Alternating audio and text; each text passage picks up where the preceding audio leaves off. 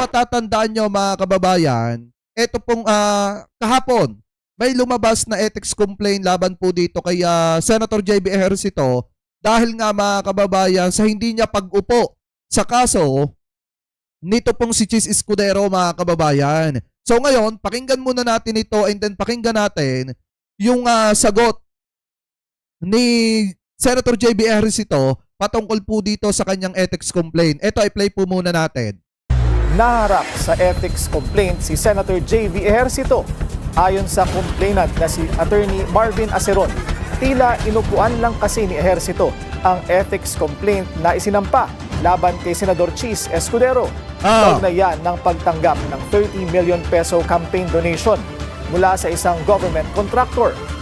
Yan nga yung problema mga kababayan. Sabi ko nga po sa inyo, may mga sistema kasi dyan sa loob ng Senado mga kababayan na mapapansin nyo din naman na kapag kakapwa nila senador, yung napapag-usapan lalo na at matalik po nilang kaibigan, hindi po nila iniintindi yung reklamo patungkol po dun sa mga matatalik nilang kaibigan na yan. Katulad na lamang nito, ito yung isang patunay mga kababayan na may nag-file ng ethics complaint kay Senator JB Ejercito. Bakit siya inireklamo?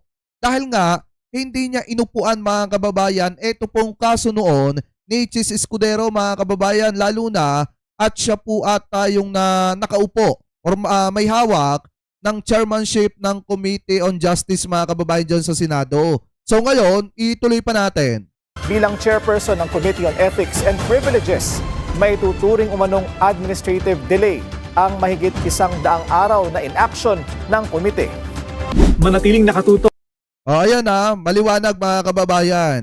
Ay, Manuel Ponce, nagpalit ka ng pangalan mo kaya nawala yung jacket mo. Yun yung dyan. Kasi hindi naman ako nag-aano ng nag-aano ng settings ng aking YT. Ngayon, yun lang ang dahilan dyan. Baka nagpalit ka ng name mo. Anyway, mga kababayan, balik tayo ulit dito. So kung titingnan nyo, ang rason kung bakit siya na-file ng ethics complaint, dahil hindi niya tinrabaho. Ito pong reklamo kay former Senate President Chis Escudero patungkol po sa pagtanggap ng 30 million pesos na